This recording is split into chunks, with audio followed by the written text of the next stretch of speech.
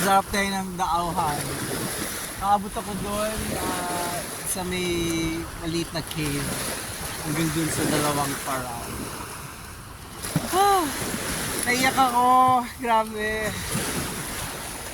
Anyway, ako lang mag-isa kasi si TTT medyo may cold.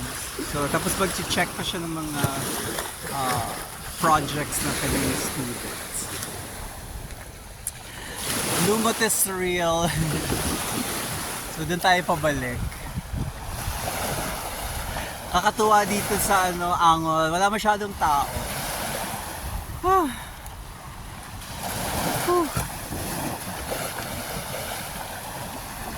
I love you, Boracay. I wish I could do this more for a longer period of time. Many periods of time. 1 month, mga ganyan. I can do this. Kung meron lang resources. Diba? Kung hindi lang ma-burn ang ating mga resources.